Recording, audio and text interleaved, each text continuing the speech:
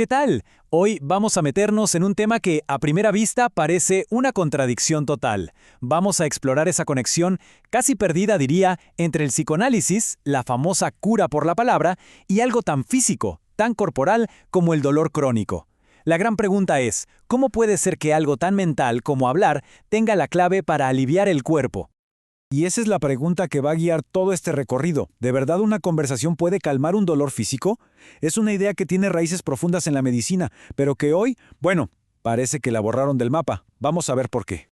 Para empezar a entender esto, lo primero es cambiar cómo pensamos sobre el dolor. Miren, esta es la definición oficial de la Asociación Internacional para el Estudio del Dolor. Y hay una palabra ahí destacada que lo cambia absolutamente todo: emocional.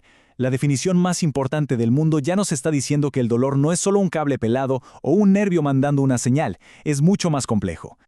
Es que, el dolor no es la señal eléctrica que viaja por el nervio. El dolor es lo que el cerebro, la mente, hace con esa señal, es la interpretación. Por eso es una experiencia tan subjetiva, tan personal. Y por eso, también, puede existir un dolor tremendo sin que haya un daño físico que se pueda ver en una radiografía. Y sin embargo, acá viene lo más llamativo. Hoy, los tratamientos psicológicos para el dolor se centran casi todos en terapia cognitivo-conductual o mindfulness.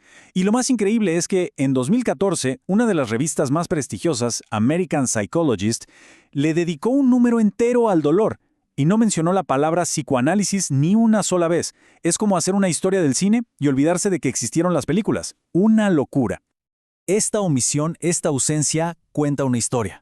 Una historia de un divorcio, de una separación. Y lo más irónico de todo es que el psicoanálisis como disciplina nació justamente porque un médico se obsesionó con entender el dolor físico. Hagamos un viaje rápido. Fines del siglo XIX. Un tal Sigmund Freud está fascinado con el dolor sin lesión, o sea, pacientes con dolores terribles sin ninguna causa médica aparente. Sus primeros grandes descubrimientos nacen de su propio fracaso, de no poder curarlos con la medicina de su época. Ahí entendió que los conflictos emocionales que no se hablan, a veces gritan a través del cuerpo. Pero después, algo se rompió.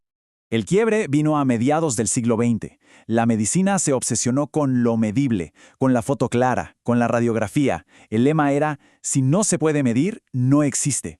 Y el psicoanálisis ofrecía algo totalmente distinto, más parecido a interpretar un sueño. No es que uno fuera más real que el otro, es que hablaban idiomas diferentes, no se podían medir con la misma regla. Pero seamos honestos, también hubo un factor interno. El propio movimiento psicoanalítico, digamos que se metió un gol en contra. Algunos analistas se pusieron demasiado dogmáticos, afirmando con una certeza absoluta que, por ejemplo, este conflicto familiar causa úlceras o esta personalidad reprimida lleva sí o sí al asma. Pasaron de explorar conexiones a dictar sentencias, y la comunidad médica, lógicamente, los rechazó. Bueno, ya entendimos un poco la historia de esta separación. Pero hablemos de hoy. ¿Qué tiene para ofrecer esta perspectiva que otros modelos no ven? Ofrece una profundidad única, sobre todo al conectar el dolor con el trauma y al hacer una distinción que es, de verdad, fundamental. Las investigaciones nos muestran que un porcentaje altísimo de pacientes con dolor crónico tienen historias de trauma. En estos casos, el dolor físico puede funcionar como una especie de metáfora, una manifestación en el cuerpo de una herida emocional que nunca se pudo nombrar, que se quedó sin palabras. La idea es que el cuerpo se convierte en el escenario de un drama que la mente no puede o no quiere poner en palabras. El dolor físico es el síntoma, sí, pero la historia que cuenta es emocional. Es el encuentro entre una mente que no puede hablar y un cuerpo que se niega a callar. Y además, el dolor crónico te rompe el pacto con tu propio cuerpo. Pasa de ser tu casa, tu aliado de toda la vida, a ser un enemigo, un traidor. Y cuando se rompe la relación con el cuerpo, se rompe la relación con el mundo. La identidad de la persona cambia.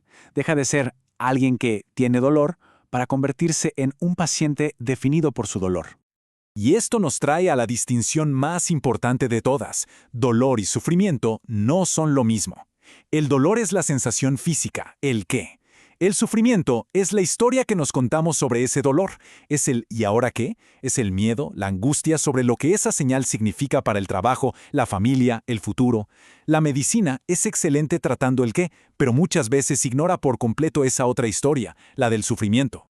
Entonces, la pregunta es, ¿Cómo aplicamos esto hoy de una forma seria, creíble? Porque no se trata de volver a una época donde todo era intuición. Se trata de ampliar lo que consideramos evidencia válida. Y la pregunta es totalmente justa. En la salud moderna se necesitan pruebas. La respuesta no es tirar por la borda los tratamientos médicos. Para nada. Es complementarlos. Y sí, claro que hay formas de medir el impacto de esto. Por ejemplo, acá tenemos un dato duro. Un metaanálisis reciente demostró que las terapias psicodinámicas breves para este tipo de trastornos no solo eran efectivas, sino que lograban que los pacientes usaran mucho menos los servicios médicos. Iban menos a la guardia, se hacían menos estudios. O sea, la falta de evidencia no era por falta de efectividad, era porque no se estaba investigando lo suficiente o no se sabía qué medir. El camino a seguir es muy concreto. Se trata de integrar a los profesionales de salud mental en los equipos médicos, de educar en el valor de la escucha, algo que se pierde con las corridas del sistema, y de desarrollar modelos que ya se usan en otros lados, donde se combina la terapia de la palabra con otras prácticas para reconstruir ese puente roto entre la mente y el cuerpo. Al final, se trata de volver a esa idea tan simple pero tan profunda del viejo movimiento psicosomático. El objetivo no es una cura mágica, no es solo arreglar un órgano. Es restaurar el sentido, la integridad de una persona. Es acompañar a la persona completa. Y este análisis nos deja con una pregunta flotando en el aire.